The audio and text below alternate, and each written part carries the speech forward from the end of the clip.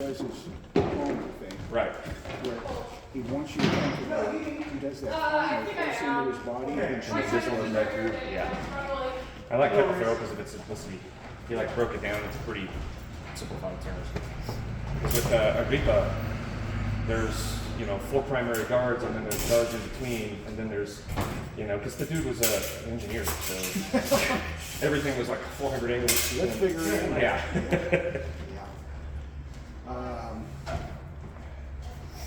Gigante and Alfieri. I've got you. They will make you tired because they like to fence with that straight on. Well, so does this resin. And it's a good system. You keep that thing on the line. And but I kind of Justin was really a big fan of Captain Barrel, so I've kind of fallen into that. And this is what I do. I find that it's easy to follow my lines from here. And it's deceptive. It's nice and tight, so it's really deceptive to your opponent. Where I needed to come up. Right. So, come on, yeah. I've kind of adopted it, and I'm liking it pretty well. Yeah, it's a good system. Like I say, I mostly mess around with the hate down this way.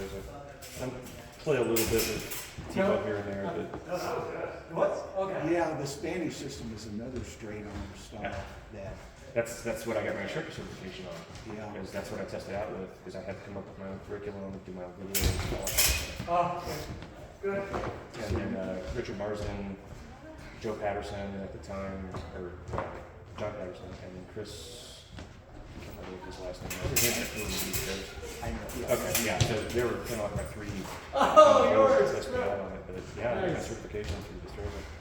Okay. And it's a great system until people figure it out, just like in music. Yeah. Yeah, you gotta take the blade, you gotta control the blade. And it's a very cut-heavy system.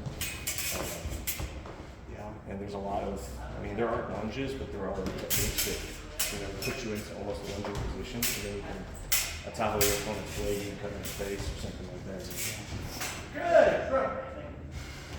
Good. It's 3 more. 3 more. yeah, the Spanish seem to be very fond of walking the blade into kind of like what Fabrice does. Yeah. Fabrice will take, he does a take, constrain it, and That's the first one I've gotten on here. Well, what we theorized I've too, never done once before. I did it twice. the reason why it was so cut-heavy is because I've the heard fight it was 30 usually less times. lethal than the first, and it was illegal to duel in Spain at the time. So if you killed your opponent, you're now being executed for murder. Or if you cut them and end the fight, there's a lot of fights that roll up, to the first cut or something like that. And that's how they would do the duels. It was funny. There was a story. What was his name? He was a famous poet in the 17th century, and he ended up fighting Pacheco, who was Carranza's student. But Pacheco decided to go away from Carranza's teaching and started his own school at Caesar. Well, he ended up fighting this poet, and the poet beat him by taking his top hat off his head, using Carranza's teachings. And he said, "You're all talk and no fight. You're all theory and no practice, basically." And he smack talked him in some of his novels that he wrote.